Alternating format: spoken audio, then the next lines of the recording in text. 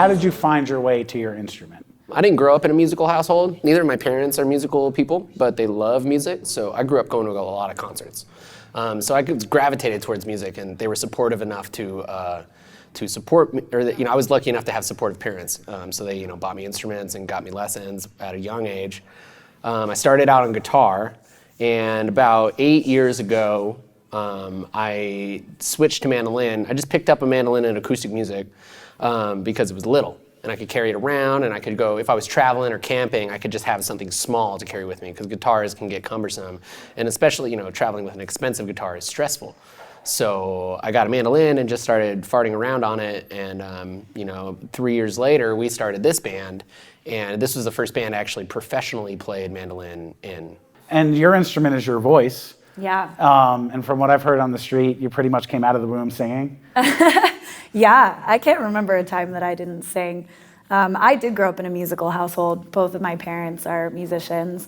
My earliest memory of music is sitting down at a baby grand piano and plunking away and playing an arpeggio, but not knowing what it was and getting really excited and calling out to my dad, "This sounds like something." I did a thing. Yeah, basically, I must have probably also was 4 or 5 and just was like, "I did a thing, that sounded right, that was a thing." And I probably started singing around the same time, just as a kid. I play a lot of ukulele in this band, which is pretty uncommon in bluegrass. It's not really a bluegrass instrument, and I actually came to the uke, I didn't know this until right now, the same way Ben came to the mandolin.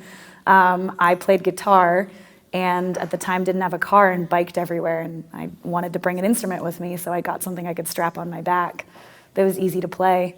Yeah, I've been singing forever. It comes organically to me the same way as walking. I think the message is start them while they're young. Yeah, get them while they're young. No, and I think bluegrass is one of the most accessible genres, and I think, one of the, in my personal opinion, I think it's one of the better ones to learn, because it's so inviting, it's so community oriented, but it's also virtuistic. Like, bluegrass really values just raw musicianship, and it fosters that.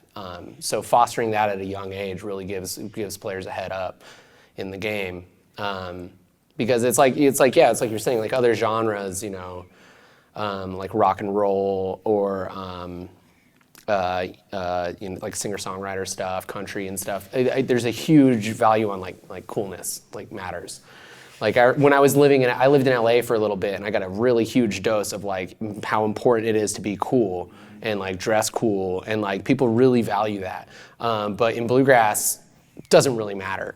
You can wear socks and sandals if you want. Can't, no. And our band is almost anti-cool, and I think people like that about us. Yeah, we wear tutus on stage sometimes. Space pants, gothic country witch. Some of our, and then but then some of our band members, they don't play dress up. Like we have like a band that's like three of the 5 members are playing dress up. The other 2 are dressed like dads, and it's fine.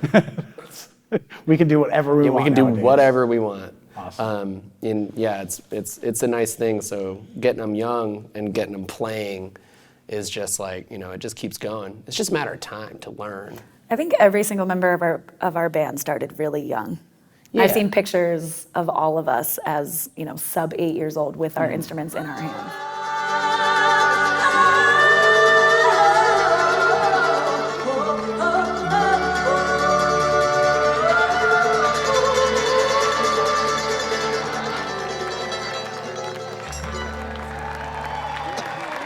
Thank you, friends. We're Pixie and the Mighty Mouse Boys. It's been so much fun. We love you guys. Thank you, and I hope that we see you again.